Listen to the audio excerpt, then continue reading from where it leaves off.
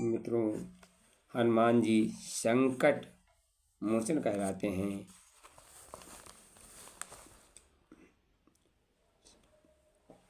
एक मित्र परिपूर्णानंद जी के शब्दों में एक घटना बता रहा हूँ।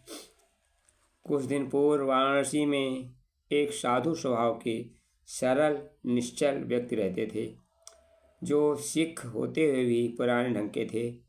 वे वकालत करते थे। उन महापुरुष का नाम था सरदार राम नारायण सिंह।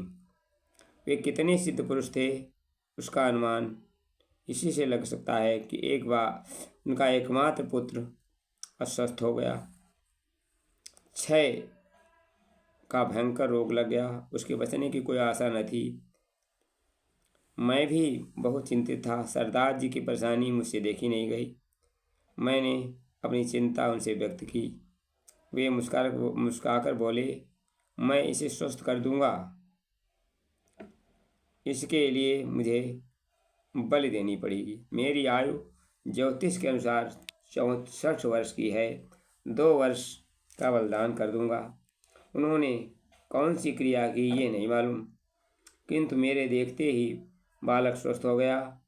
जब सरदार जी का 62वां वर्ष आया तब वे मुझसे बोले, मैं जाने वाला हूँ।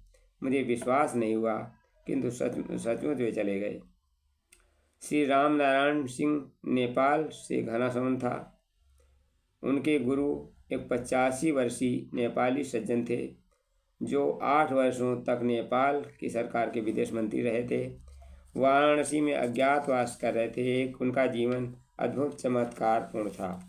एक दिन हनुमान जी की चर्चा चली। तंत्र शास्त्र और तांत्रिक वासना में से हनुमान जी कितना महत्वपूर्ण था, यह मैंने उनके सत्संग सुना था। श्री राम नारायण सिंह बोले, हनुमान जी में अभी संदेह हमारे मध्य वर्तमान है। नेपाल के घनघोर जंगल में एक साधारण मानवगम्य शरीर में उनमें से तपस्वियों के साक्षात्कार हो चुका था। ऐसे साक्षात्कार की 2 घटनाएं बतलाई। उन सज्जन ने से मेरा परिचय करा दिया गया। मेरे बहुत आग्रह करने पर उन सज्जनों के साथ सिंह जी के साथ नेपाल जाने का कार्यक्रम किया, परंतु मैं वहाँ नहीं जा सका। वाराणसी के एक सज्जन थे, जो पहले नगर महापालिका के उच्च पद पर थे। उनके गुरु एक सिद्ध पुरुष थे। आश्चर्यजनक तमाशे हमने स्वयं देखे थे।